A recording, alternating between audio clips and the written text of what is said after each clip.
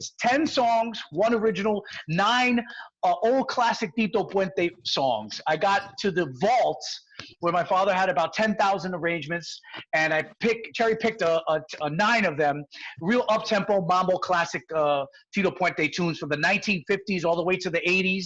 And the name of the album is called King and I. It's going to come out towards the end of the year, and I'm just putting the final touches on it by getting the great singers and performers that are going to be on the album. I'm trying to get to them so they can record on the record. It's really hard to record a record, you know, through social distancing, but however, I'm finding ways and creative ways to do that through, you know, through this medium and different platforms, and I'm really excited about it. The King and I, Tito Puente Jr. and my orchestra celebrating the 20th anniversary of Tito Puente. Very exciting. Yay! Yeah. Yeah. Woo, yeah. Yeah. Like, I wish it was out already, because right now it's perfect. I know. I want to hear some. Yeah, I think y'all need some mambo in your lives. Yeah, I love it. I love it. I love it. In the boondocks here. A mí me encanta eso. In the boondocks. Yeah, it's really, really cool. It's cool that I could celebrate his life and his legacy. And I'm glad that all you guys are still Tito Puente fans. Gracias a todos los fanáticos de Rey Timbal Tito Puente. You know, my father was just a brilliant, brilliant musician, all-around great person. He loved being from the streets of Harlem, New York, and being a humble person and being one of the world-class icons of Latin music. Him and, of course, Miss Celia Cruz as well. And we're just thankful. On behalf of my family, we thank each and every one of you for being fans. So somebody else told me that you are working on a project also about your father's legacy music, the Tito Puente project. That's something different, right? Yes. This year, since it's the 20th anniversary of his passing, he passed away on May 31st, 2000. We lost the king of Latin music. After 20 years of his passing, my mother, my brother Ronnie, my sister Audrey, and myself, we decided that we wanted to share the story of Tito Puente. I think it's overdue, actually, and a lot of the fans have been asking me for years, when are they going to come out with a movie or some sort of documentary or something on your father? Your father's career was 50 years and 186 albums, a superstar, a star on the Hollywood Walk of Fame. He's just synonymous with Latinos around the world, and especially percussion players, you know, here from rock music to every genre know who Tito Puente was.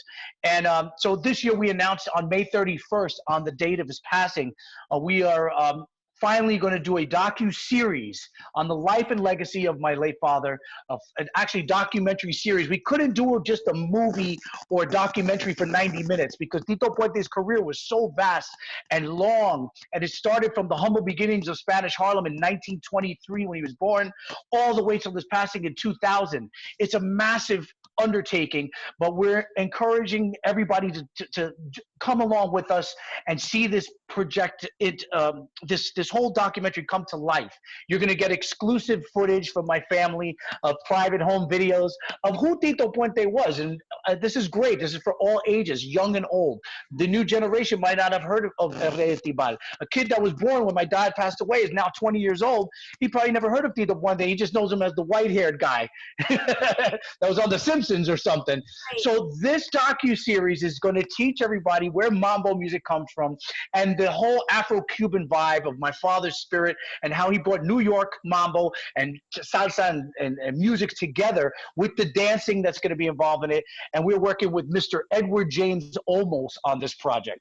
We decided to work with this fantastic actor. Not only was he a fan of my father, but a very good friend for many, many, over 35 years, good friends with my late father, Tito Puente. So Mr. Olmos is spearheading the project. He's done some very, very great PBS series, docu-series on different music programs. And of course, being Latino himself, he loved Dad. He's a great narrator as well. His voice is very deep. Yeah, I get so entranced by listening to him and his way of speaking. But he is such a fan, and he wanted my family and us to come together and do this, do my father's name justice and do it right with a great docu-series, which will be probably maybe even 2 or 3 seasons long. Who knows? I know they did one on Celia Cruz, and it was more like a soap opera, and not true to life. A lot of it was fiction, and they had actors, but this is going to be a footage of Tito Puente and people testimonies, his orchestra, all the band members, all the singers that he worked with, all the fantastic, beautiful, amazing, talented people that he surrounded himself with.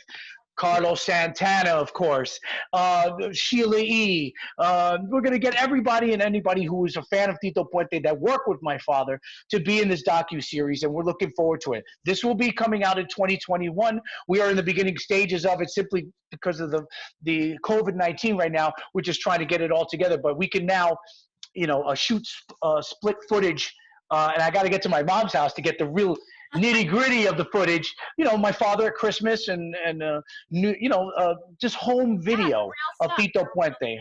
Yeah, he was a humble guy. We want to show that to the public.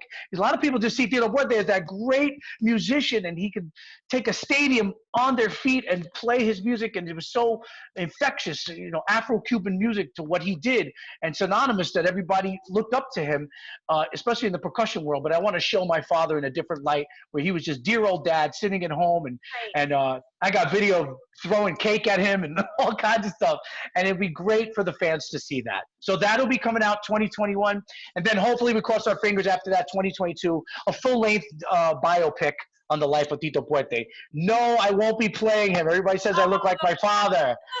No, I get that all the time. I'm thinking, well, Edward James Olmos would play a great Tito Puente and old, but he would have to get the white hair, of course. But I don't know. There's got to be a great young actor out there to play a young Tito Puente, So, but very exciting. Hopefully that will be in 2022. That's awesome. So look out for that. You guys can check it out. Go to thetitopuenteproject.com, and you can see all our progress and what we're exactly doing with this docuseries. Thetitopuenteproject.com. Check it out, everybody. You guys will really be impressed at the fantastic docuseries that we're about to embark